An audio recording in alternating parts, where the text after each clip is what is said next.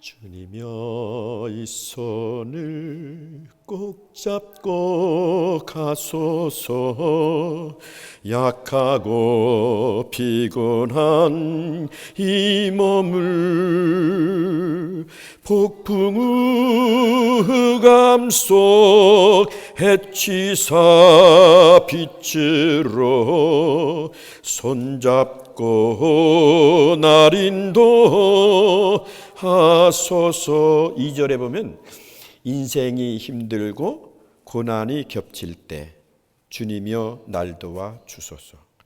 인생이 힘들고 고난이 겹칠 때 주님이여 날 도와 주소서.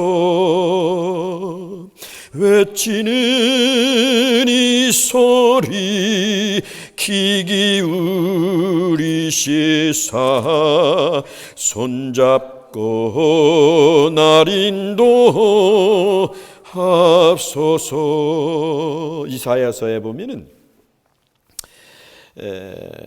우리 주님께서 우리를 붙잡고 우리를 인도하신다고 분명히 말씀하셨고 결코 우리를 떠나지 않겠다고 말씀하셨습니다. 우리 주님의 그 능력의 손으로 우리를 붙들고 우리의 인생길을 인도하신다고 말씀하셨습니다. 담대한 믿음을 가지시고 여러분들의 그 믿음이 하나님이 기뻐하실 수 있는 강한 믿음, 굳센 믿음의 소유자가 되셔서 하나님께서 여러분들을 향하셔서 기뻐하실 수 있는 은혜가 있기를 먼저 주님의 이름으로 축복합니다. 저는 그 히브리서를 통해서 우리에게 주시는 그 믿음에 관한 그 내용을 우리 믿음의 선배들의 그 삶을 통해서 함께 나누면서 은혜를 받으려고 하는데, 오늘은 그 아벨의 믿음, 아벨의 믿음에 대해서 함께 생각을 하면서 은혜를 받으려고 합니다. 우리 그리스도인은 이 세상에서 살 때에 인내가 얼마나 필요하다고 하는 사실을 너무나도 잘 압니다. 참으로 우리가 믿음 안에서 살 때에 우리로 하여금 그 믿음의 삶을 떠나서 넘어지게 하려고 하는 그 악한 원수 마귀의 그 관계가 얼마나 많은지 모릅니다. 삶을 통해서 우리가 너무나도 많은 유혹을 받습니다. 우리가 인내하는 믿음, 이 믿음을 갖지 못한다고 한다면, 정말로 참고 견디는 그러한 믿음이 없다고 한다면, 우리는 우리의 믿음의 선한 싸움에서 또 삶의 노정에서 천번 만번 좌절할 수밖에 없다고 하는 사실입니다.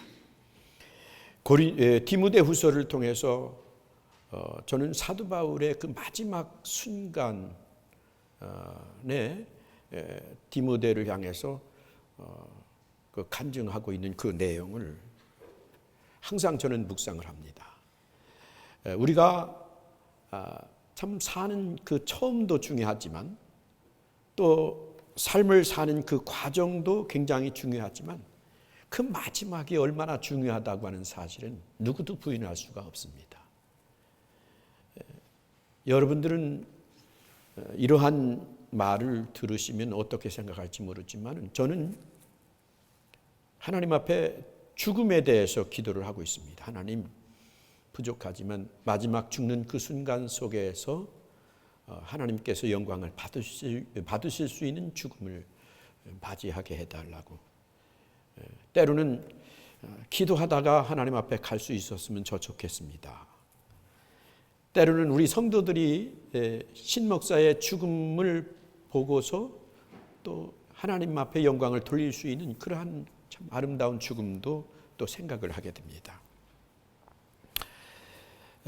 참 우리가 하나님의 자녀가 되어서 믿음의 선한 싸움을 싸우는 그 삶의 노정 속에서 인내의 이 믿음이 얼마나 귀하다고 하는 사실을 우리가 다시 생각을 하면서 히브리서 이 10장을 보면은 36절에 그런 말씀이 있습니다. 너희에게 인내가 필요함은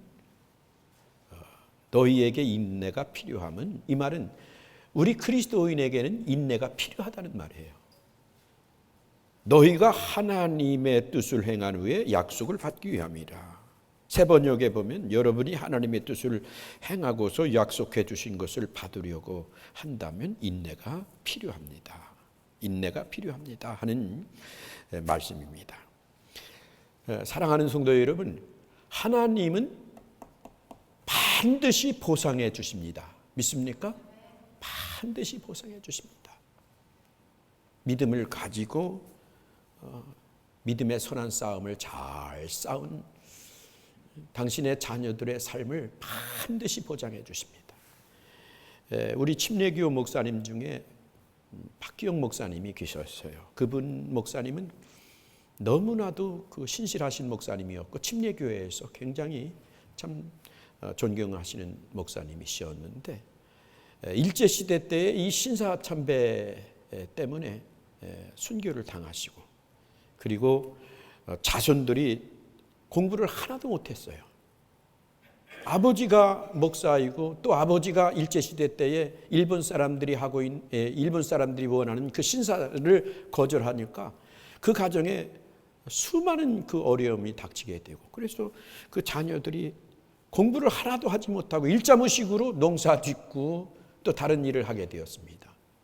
많은 사람들이 어떻게 주님을 그렇게 신실하게 섬기는 목사님의 가정에서 자녀가 일자무식으로 그렇게 어려운 삶을 살 수 있을까 하는 그런 의문을 가지게 되었는데 하나님께서 그 일자무식의 그 아버지 밑에서 난 그 자손들을 통해서 얼마나 귀한 축복을 주셨는지 한국에서 유명한 목사님이 되었고 유명한 정치가가 되었고 존경받는 그러한 위치에서 많은 그 목사님의 손주들이 지금 활동을 하고 있습니다. 사랑하는 성도 여러분, 하나님은 반드시 보상해 주십니다. 믿습니까? 우리에게 인내가 필요함은 하나님께서 약속해 주신 것을 받기 위함이라. 그러면서 37절에 보면은 이제 아주 조금 있으면 오실 분이 오실 것이요 지체하지 않을 것입니다. 잠시 잠깐 오면 오실 이가 오시리니 지체하지 아니하시리라 하는 그 말씀이 세 번역으로 제가 말씀을 드렸습니다. 이것은 주님의 재림의 때를 말하고 있는 것입니다. 주님이 다시 오실 때가 가깝다고 하는 사실은 우리 모두가 너무나도 인정하는 그러한 부분이라고 생각이 됩니다. 또 이 시대의 상황을 우리가 본다고 한다면 그리스도의 재림이 지금 우리의 목전에 우리의 눈앞에 왔음을 우리는 알 수 있습니다. 그러면서 38절에 보면 오직 나의 의는 그랬어요. 오직 나의 의는 믿음으로 말미암아 살리라. 또한 뒤로 물러가면 내 마음이 저를 기뻐하지 아니하리라 하셨느니라 그랬습니다. 이 말씀은 성도들이 믿음을 굳게 잡고서 인내하는 가운데 재림의 주를 기다리면 장차 우리 주님께서 예배하신 영생을 얻을 것이라고 하는 말씀입니다. 믿음으로 말미암아 살리라고 하는 이 말씀은 하박국 선지자에게 주신 하나님의 음성인데 하나님은 하박국 선지자를 통해서 이스라엘 백성들이 하나님 아버지 앞에서 얼마나 패역한 삶을 살고 있는지 그래서 그 갈대아인 신흥 제국 그 바벨론 사람들을 들어서 이스라엘을 징계하시겠다고 했습니다. 얼마나 그 끔찍한 그 고난이 이스라엘 백성들에게 온다고 하는 그 사실을 하나님께서 하박국 선지자에게 말씀하셨을 때 하박국 선지자는 이 창자가 떨렸다고 그랬습니다. 발이 그냥 막 저렸다고 그랬어요. 그러한 어려움을 이스라엘 백성들로 하여금 징계를 이제 바벨론으로 하여금 당하게 된다고 하였을 때 하박국 선지자가 하나님 앞에 그런 기도를 하는 것입니다. 하나님, 그래도 이 이스라엘 민족은 하나님을 섬기는 민족이 아닙니까? 아무리 이스라엘 민족이 하나님 앞에서 패역한 삶을 산다고 할지라도 저 이방 나라 갈대아 사람 바벨론 사람들보다는 낫지 않습니까? 저 사람들은 우상 숭배하는 그러한 사람들이 아닙니까? 저 사람들을 통해서 왜 우리가 이러한 어려움을 당하여야 됩니까? 왜 이러한 우리가 엄청난 고난을 당하여야 합니까? 그때에 하나님께서 하박국 선지자에게 주신 말씀은 너희들이 아무리 그 환경 속에서 고난을 당한다고 할지라도, 고통이 있다고 할지라도, 어려움이 있다고 할지라도 의인은 믿음으로 살아라. 이 말은 인내하는 믿음을 가지고 주님이 우리를 향해서 주시는 은혜의 때를 기다리라고 하는 그러한 말씀입니다. 그러면서 하나님께서 우리에게 주시는 말씀은 뒤로 물러가지 않는 신앙생활을 하라고 하면서 38절에 무슨 말씀을 하시고 있습니까? 39절에 그런 말씀을 하시죠. 우리 39절을 한번 같이 읽어볼까요? 시작. 우리는 뒤로 물러가 침륜에 빠질 자가 아니요 오직 영혼을 구원함에 이루는 믿음을 가진 자니라 그랬어요. 우리는 뒤로 물러나서 멸망할 사람들이 아닙니다. 믿음을 가져서 생명을 얻을 사람들입니다.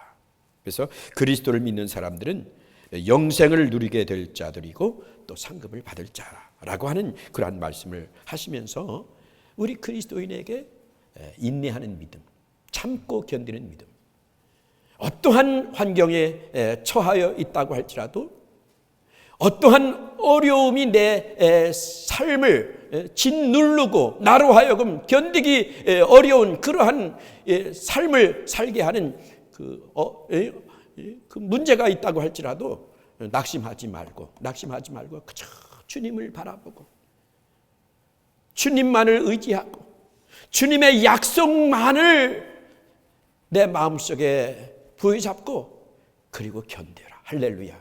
그리고 견뎌라. 오늘날 이 시대에 사는 우리 그리스도인들에게 주시는 말씀인 줄로 믿습니다. 얼마나 많은 유혹이 우리에게 오고 있습니까?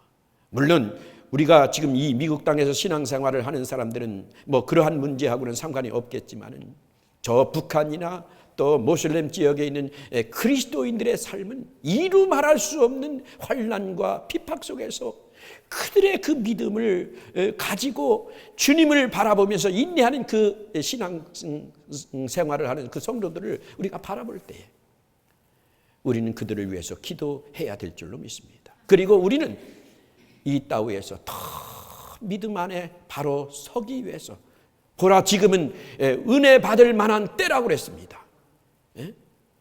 앞으로 우리에게 어떠한 유혹이 온다고 할지라도 그 유혹 속에서 주님을 바라보는 그 믿음을 우리가 잃지 않기 위해서 다 기도하고 말씀 가운데 거하고 주님의 뜻대로 살기를 소원하는 성도가 되어야 된다고 하는 사실을 다시 한번 생각하면서 우리 주님은 반드시 보상해 주시는 하나님이십니다. 여러분들이 눈물을 흘려서 씨를 뿌리면 기쁨으로 단을 거둘 수 있는 하나님, 거두게 하시는 하나님이라는 사실을 기억하시면서 믿음으로 승리할 수 있기를 바랍니다. 자, 이제 히브리서 기자는 이제 11장에 들어와서 지금 믿음의 본질에 대해서 지금 말씀을 하시고 계십니다. 1절에 보면은 믿음은 뭐라고 그랬습니까? 바라는 것들의 실상이요 보지 못하는 것들의 증거다 그랬습니다. 믿음은 바라는 것들의 실상이요 보지 못하는 것들의 증거다. 그러니까 이 믿음이라고 하는 것은 언젠가는 그 이루어지겠지라고 하는 막연한 그런 소망이 아니라는 거예요. 믿음이라고 하는 것은 완전하고도 분명한 확실성에 근거한 소망이라는 것입니다. 하나님이 말씀하셨으므로, 하나님이 약속하셨으므로 이것을 믿고, 다시 말하면 이것을 확신하고 소망하는 삶.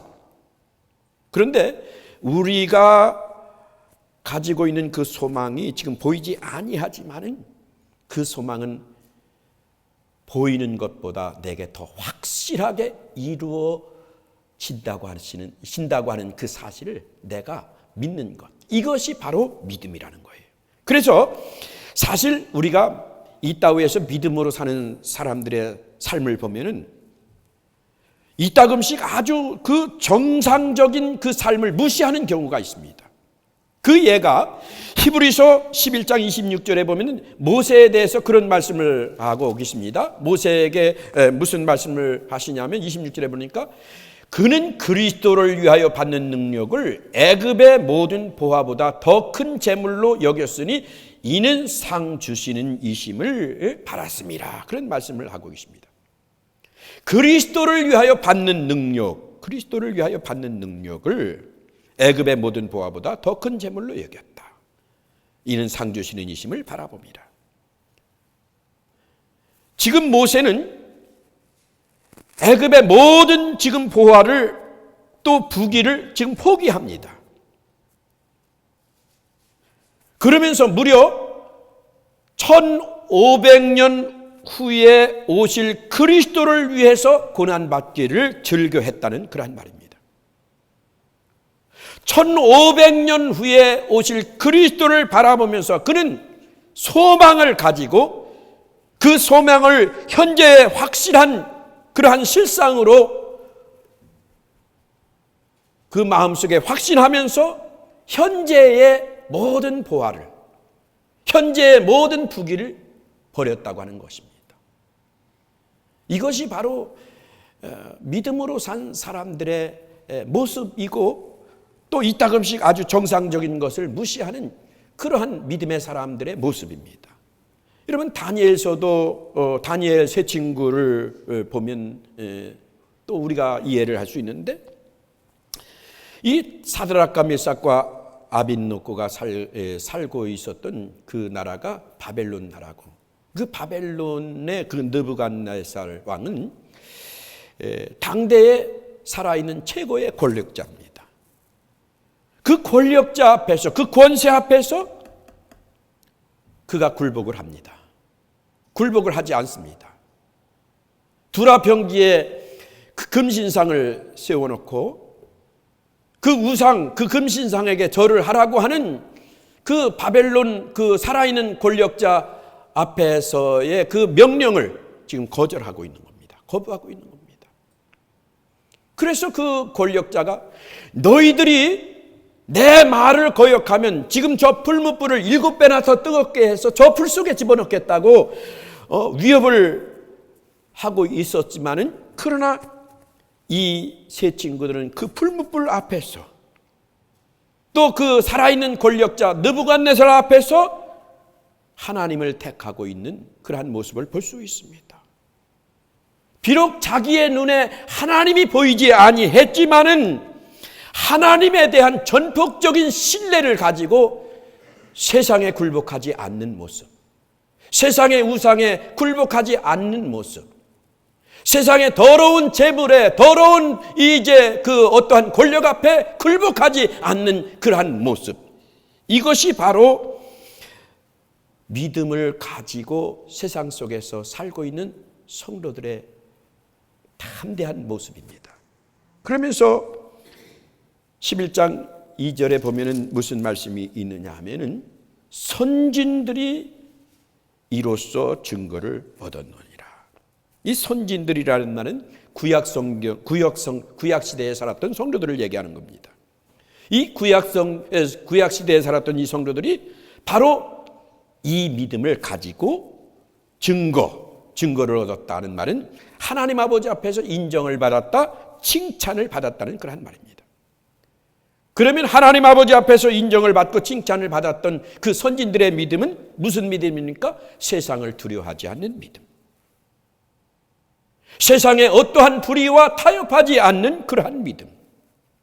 여러분, 죽으면 죽으리라. 오직 하나님의 약속만 믿고 순종하는 그 믿음, 이 믿음만이 하나님을 기쁘시게 할 수 있는 믿음이고 하나님의 약속을 받을 수 있는 축복의 믿음이라는 사실입니다. 할렐루야. 저와 여러분에게 이 믿음이 있기를 주님의 이름으로 축복합니다. 11장 6절에 보면 믿음이 없이는 기쁘시게 못하나니 하나님께 나아가는 자는 반드시 그가 계신 것과 또 그가 자기를 찾는 자들에게 상 주시는 이심을 믿어야 할지니라. 그러면서 3절에 보면은 믿음으로 모든 세계가 하나님의 말씀으로 지어진지를 우리가 아나니 보이는 것은 나타난 것으로 말미암아 된 것이 아니니라 그랬습니다. 어떻게 이 세계가 존재하는 모든 것이 하나님의 말씀으로 지어진 줄을 우리가 알 수 있느냐 그 말입니다. 참 우리가 살고 있는 이 시대, 이 세계가 얼마나 아름다운 세계입니까? 참 세월이 우리 앞에서 얼마나 빨리 또 지나간다고 하는 사실도 우리가 또 깨닫게 되는데, 조금 있으면 이제 무더운 여름 날씨가 지났으니까 온 나무가 아름다운 그 단풍으로 물이 이제 들 거예요. 참 아름다운 이러한 세계. 이 태양계, 은하계, 또 이 온 우주를 창조하신 그 창조가 하나님의 말씀으로 지어진 줄을 우리가 어떻게 아느냐 그 말입니다. 여러분이 하나님이 말씀으로 창조하신 그 세계, 그 창조하신 말씀으로 창조하신 그때에 여러분들이 보셨습니까?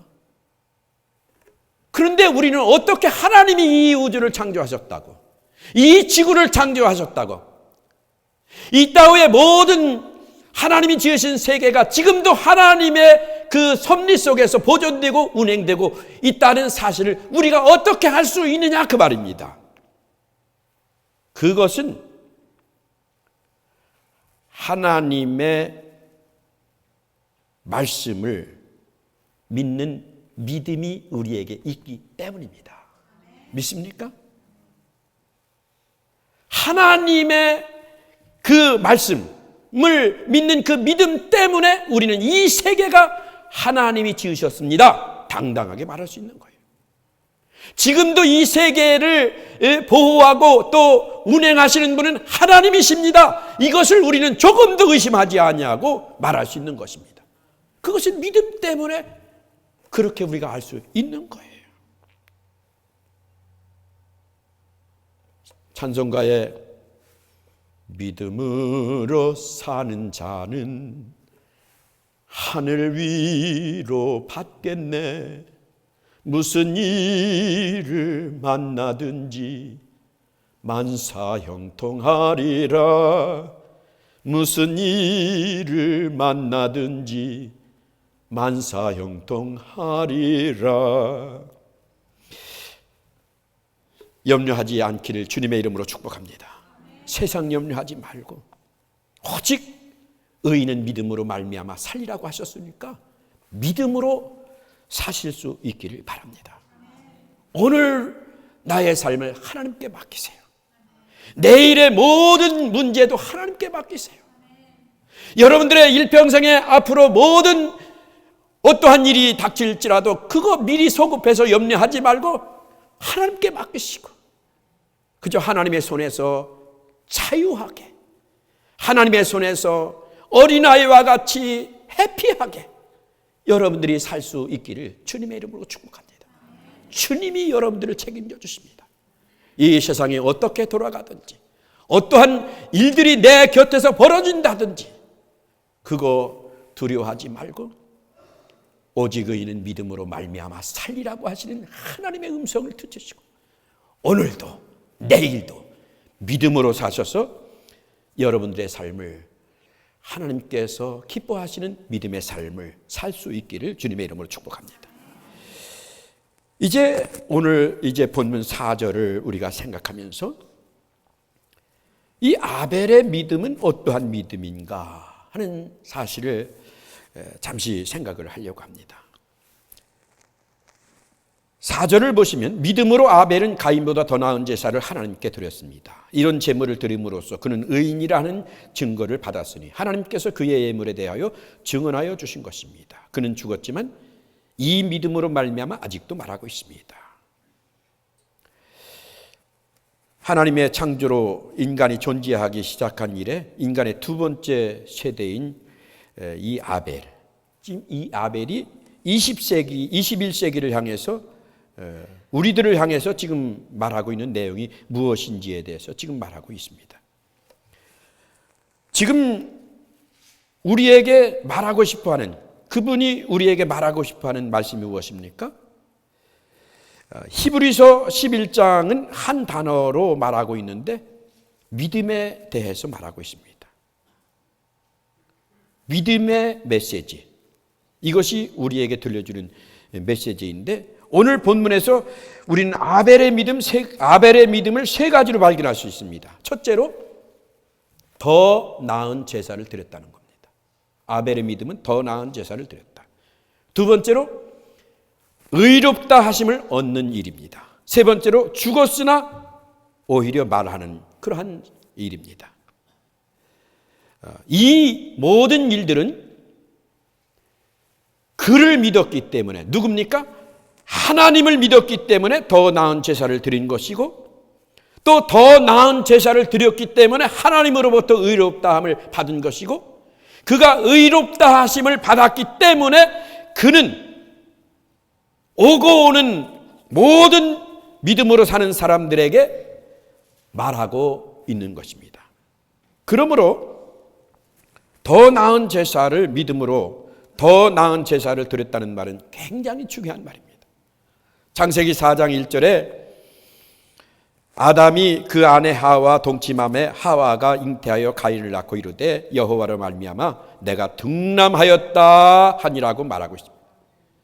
그리고 2절로부터 4절에 보면 그가 또 가인의 아우 아벨을 낳았는데 아벨은 양치는 자였고 가인은 농사하는 자이었더라. 세월이 지난 후에 가인은 땅의 소산으로 제물을 삼아 여호와께 드렸고 아벨은 자기도 양의 첫 새끼와 그 기름으로 드렸더니 여호와께서 아벨과 그 제물은 연락하셨으나, 그런 말씀이 있습니다. 여러분, 이 말씀이 굉장히 중요한 말씀이니까 여러분들이 아주 경청할 수 있었으면 좋겠어요. 창세기에서 이 가인과 아벨이 제물을 여호와께 가져왔다는 말씀을 우리가 읽게 됩니다. 지금 이 말씀은요, 예배에 대해서 말하고 있는 겁니다. 예배. 예배라고 하는 것은 그분에게 절을 한다는 거예요. 그런데 오늘 이 창세기를 통해서 발견할 수 있는 것은 예배를 위한 정해진 장소가 있었다는 겁니다. 굉장히 놀라운 그 사실이죠. 오늘날 무교회주의를 가지고 있는 신앙인들이 있어요. 그래서 교회가 필요하냐? 집에서 목사님의 그 목사님의 그 설교가 텔레비에서 나오는데 거기서 예배하고 또 헌금 드리면 어떠냐? 그러면서 무교회주의를 이제 주장하는 그러한 신앙인들이 많이 있어요.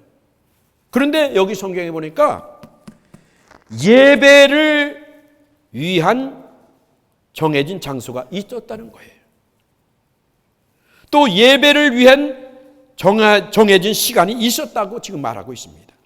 창세기 4장 3절에 보면 세월이 지난 후에라고 하는 이 말은 이 히브리 원문으로 보면은 날들의 마지막이라는 말입니다. 다시 말하면 지정된 시간이라는 그러한 말입니다. 그러니까 하나님은 예배를 위해서 특별한 날을 지금 가르쳐 주시고 있는 것입니다. 하나님은 질서의 하나님이십니다. 그렇기 때문에 가인과 아벨에게 특별히 만나서 은혜를 주시고 축복을 주실 그 시간을 가르쳐 주셨던 것입니다. 그래서 지금 아벨과 가인이 동시에 지금 정해진 장소에 정해진 시간에 지금 예배를 드리기 위해서 왔던 것입니다. 저는 우리 성도님들에게 가끔가다 그런 얘기를 합니다. 열심히 모이는 그 성도가 되십시다. 열심히 기도하십시다. 여러분 집에서도 기도를 하시지만 교회에 나오셔서 특별히 새벽에 기도도 하시고 또 저녁 시간에도 기도하시고 또 여러분들이 원하는 그 감동된 시간에 나와서 기도하십시오. 그런 말씀을 드립니다. 이것은 여러분들을 자꾸 교회로 억지로 끌고 오려고 하는 어떠한 목사의 그 방법이 아닙니다. 하나님 앞에 드려지는 시간은 또 하나님 앞에 드려지는 그 모든 어떠한 행위는요, 희생이 있어야 된다는 거예요. 물론 여러분들의 가정에서 또 다락문을 열고 또 장롱문을 열고 그 안에서 기도를 할 수 있습니다마는 여러분들의 시간이 하나님 앞에 드려지는 시간이고 이곳까지 나오는 그 시간 속에서 하나님 앞에 이제 희생되는 그러한 시간 속에서 하나님은 특별히 여러분들의 모든 그 정성을 받으신다는 거예요. 믿습니까? 그러므로 여러분들이 주의 날에 주의 존전에 찾아온다고 하는 것은 굉장히 중요한 거예요. 하나님은 영이시니까 여러분들의 집에도 계실 수 있고 여러분들의 사업체에도 계실 수 있습니다. 그러나 하나님께서 주의 날을 정하시고 이 날은 내가 너희에게 복을 주겠다고 약속하셨고 그리고 그 날에 하나님께서 예정하신 뜻 안에서 이 지역에 이렇게 아름다운 제단을 허락하여 주시고 이 제단에서 모여서 함께 하나님을 찬양할 수 있는 그러한 하나님의 뜻을 우리가 깨닫고 여러분들이 예배의 시간에 열심히 참석하셔서 하나님 앞에 예배하는 그 시간 하나님께서 여러분들을 향하셔서 축복하시는 믿음의 시간이 되어질 수 있는 그러한 은혜가 있기를 먼저 주님의 이름으로 축복합니다. 그래서 우리가 정말로 드릴 때에 여러분 그 정성을 들이시고 희생을 들이시고 제가 대구에서 이제 그 학교에 나가면서 그 교회에서 또 이렇게 목회를 하게 됐는데 참 그 시골에서 올라오신 어느 분이 계셨어요. 아무 그 자본금이 없었습니다. 그래서 이분이 찾아와서 어떻게 생활을 해야 될지 모르겠습니다. 기도하십시다. 가지고 있는 돈이 얼마입니까? 얼마입니다. 그러면 그 돈 가지고 다른 거 할 수 없으니까 서문시장 거기다가 생선 갖다 놓고 자판 여는 것부터 시작하십시다. 기도하십시다. 그러면서 이제 그게 이제 그분에게는 사업체가 처음 시작되는 겁니다. 거기다 놓고 또 개업 예배니까 얼마나 기도해주고 또 안아주면서 집사님 하나님이 함께 하십니다.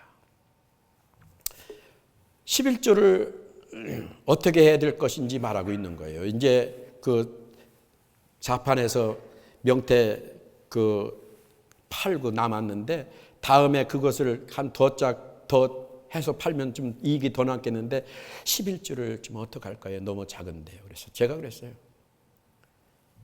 11조 내세요.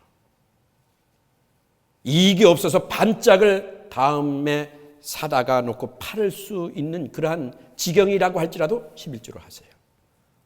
이유는 하나님은 그 마음의 정성과 희생을 보시기 때문에. 할렐루야. 여러분 굉장히 중요합니다. 하나님은 영이십니다. 그래서 여러분들의 지금 마음을 보십니다. 여러분들이 정말로 주님을 향해서 주님의 은혜가 고마워서 주님의 약속을 부여잡고 내 삶을 내 시간을 희생할 때에 하나님께서 약속하신 대로 여러분들의 삶을 축복해 주시고 형통케 해 주실 줄로 믿습니다. 여러분 하나님 앞에 나아오는 일에 게을리하지 않기를 바랍니다. 하나님 앞에 정해진 시간에 함께 모여서 예배하고 그러면서 지금 하나님께서 아벨에게 축복을 하시는 그런 장면 속에서 저는 가인보다 더 나은 제사를 드렸다. 그러니까 예배의 그 방법을 지금 말씀을 해 주시고 있죠. 예배의 방법. 우리가 어떻게 예배를 드려야 됩니까? 이렇게 오셔서 우리가 찬양하고 예배하는 우리의 모습은 어떤 모습이어야 되겠느냐 그 말입니다. 요한복음 4장에 보면 하나님이 여기시니 예배하는 자는 신령과 진정으로 예배하라고 그랬어요. 우리가 하나님 앞에 나올 때는 딱 두 가지를 가지고 나와야 되는데 그 첫째가 회개입니다. 두 번째가 감사입니다. 여러분, 하나님 앞에 나오는 사람들, 하나님 앞에 제사를 드리는 사람들은 회개와 감사를 가지고 나와야 되는 거예요. 물론 오늘 제 설교가 여러분들에게 어떻게 들릴지 모릅니다만 회개가 없는 예배는 진정한 예배가 아닙니다. 어느 교회에서 그런 일이 있었다고 하죠. 성가대가 있었는데 그 성가대 속에서 성가대원끼리 문제가 있었다는 거예요. 뭐 사람의 아직 완전한 사람들이 아니니까 뭐 성가대든지 어떠한 사람이든지 문제가 왜 없을 수 있습니까? 근데 그 주일날 성가하는 그 과정 속에서 그 시간 속에서도 그 문제 때문에 서로 그냥 인상 쓰고서 그냥 찬양하는 거예요. 그 목사님이 성가대장을 불러가지고 성가대 지휘자를 불러가지고 성가대 없애라. 성가대 지휘자가 깜짝 놀란 거예요. 목사님, 예배 시간에 성가대가 없으면 어떡합니까? 성가대 없이 어떻게 예배를 드릴 수 있습니까? 우리의 예배는 하나님이 받으시는 것이다.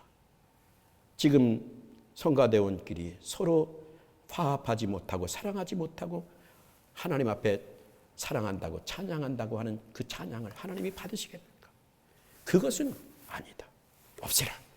성가대 지휘자가 쇼크를 먹고 성가곡을 성가대원에게 주면 그 성가대원이 그 성가곡을 일주일간 큐티를 하면서 그 성가곡을 가지고 은혜를 받고 성가를 하면서 그 일로 인해서 온 교인들이 예배 시간에 주의 사랑을 가지고 한 마음으로 하나님 앞에 예배 드리는 그러한 교회가 되었다고 하는 간증을 들은 기억이 납니다. 여러분, 진리라고 하는 말은 무엇인 말입니까? 진정이라고 하는 말은 무슨 말입니까? 내 마음속에 거리끼는 그 모든 것, 하나님 아버지 앞에서 해결받아야 할 그 모든 것을 하나님 앞에 내어놓고 회개하고, 그리고 지금까지 나의 삶을 인도하시고 지켜주시고 축복하여 주신 그 하나님을 향해서 뜨겁게 내 마음 영혼 깊은 곳에서 감사하는 이 믿음을 가지고 드려지는 예배가 진정한 예배라고 하는 사실입니다. 할렐루야.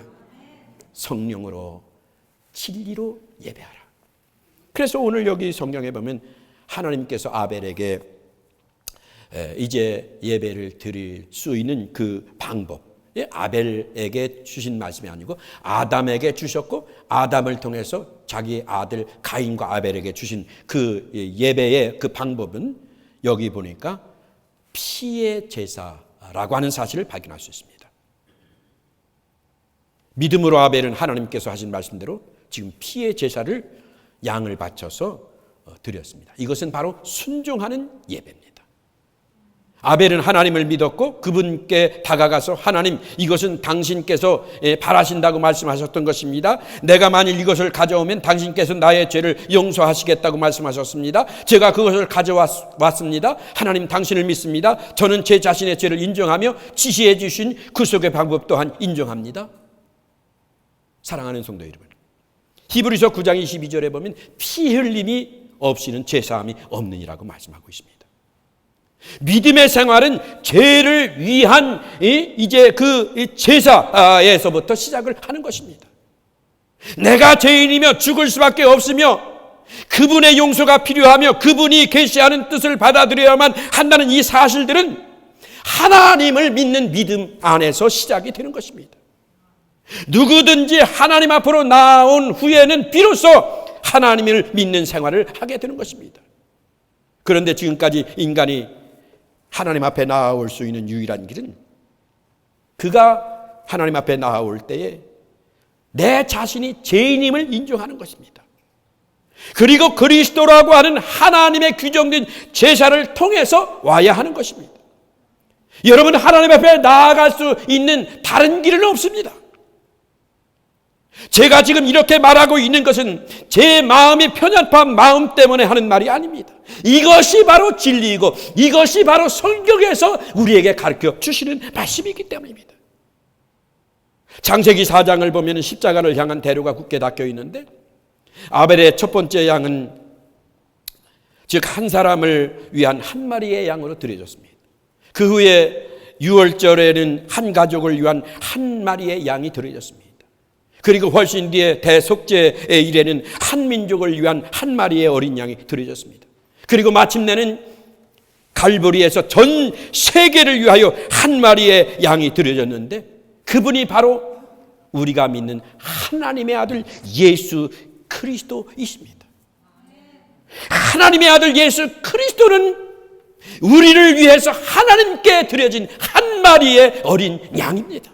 그러므로 하나님께 나아가서 하나님께로부터 의로운 자라고 하는 증거를 받을 수 있는 길, 오직 우리 주님의 십자가의 보혈 피로 내 죄를 씻음받고, 그리고 하나님의 아들 예수 그리스도를 나의 구주로 영접한 자만이 하나님의 자녀가 되는 권세를 가지고 아버지 앞에 당당하게 나아갈 수 있는 축복이 있을 뿐만 아니라, 이 믿음이, 이 순종이, 이 믿음이 하나님은 의롭다고 인정하여 주신다고 하는 사실입니다. 사랑하는 성도 여러분, 지금 아벨이 우리에게 지금 무엇라고 말하고 있습니까? 인간은 믿음으로만이 하나님께 나아갈 수 있다고 말하고 있습니다. 우리의 어떤 행위가 아니라고 말하고 있습니다. 그리고 인간은 하나님이 정하신 말씀대로 순종할 때에만이 인정을 하신다고 말하고 있습니다. 인간은 오직 하나님의 아들 예수 그리스도만이 유일한 구원의 길이고 하나님을 기쁘시게 할 수 있다고 말하고 있습니다. 사랑하는 성도 여러분, 의인은 오직 믿음으로 말미암아 살리라. 기도하십니다. 고마우신 주님, 우리에게 너무나도 소중한 말씀을 주셨습니다. 우리가 들어야 할 말은 바로 이 말인데, 아버지, 우리를 대신해서 구속의 피를 흘려주신 그리스도로 말미암아 아버지 앞에 갈 수 있는 이 놀라운 길을 우리 자신이 얻고 영생하는 축복 속에서 감사의 삶을 살게 하여 주셔사오니 감사합니다. 이 소식을 모든 사람에게 전파할 수 있도록 축복하여 주시옵소서. 예수 그리스도 이름으로 기도하옵나이다. 아멘. 우리 이 시간